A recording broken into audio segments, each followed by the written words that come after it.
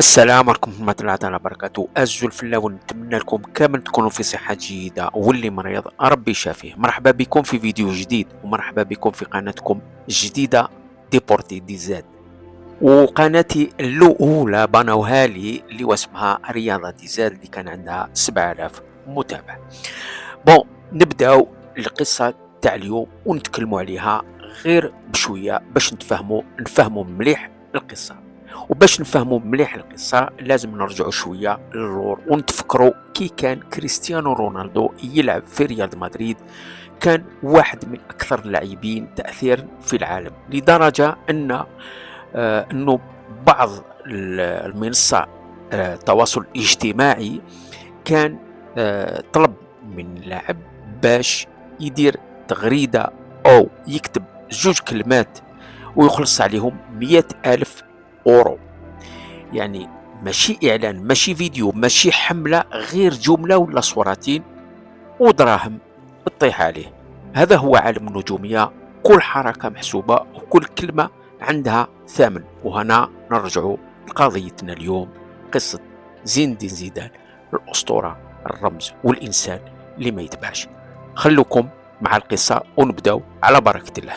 القضية ولا الضجة اللي بدات كي خرج خبر أن زيدان تقاضى 11,000 أورو على مجرد ابتسامة عن عاميه في إحدى الأحداث الرسمية، ولكن المخزن كان دارها صفقة مربوحة. واش قال لك؟ نجيبوا زيدان نصوروا معاه ونستغلوا اسمه باش نلمعوا الصورة قدام العالم، لكن ما يعرفوش باللي زيدان ماشي من النوع اللي يتباع ويتشرى. زيدان ماشي كيما بعض النجوم اللي يديروا اي حاجة على جال دراهم. زيدان عنده مبادئ وعنده الاصل جزائري، وراكم تعرفوا الجزائريين كيفاش دايرين. لكن المخازنية كانوا حابين يديروا طبخة إعلامية ويستغلوا وجود زيدان باش يبعثوا رسائل سياسية باللي زيدان ما جاش يناصر المنتخب الجزائري، جاء غير على جال دراهم وجبناه حنايا على جال دراهم. وبكل أناقة رفض يدخل في اللعبة، رفض يكون واجهة سياسية، رفض يكون جزء من سيناريو مفبرك، ورفض يستعملوه ضد بلاده، ضد الجزائر. وهنا جات الصفعة بلا صوت. زيدان يعرف مليح قيمته ويعرف مليح واش تمثل ليه الجزائر. هو صحيح فرنسي في الوثائق، لكن جزائري في الروح، في الدم وفي الأصل.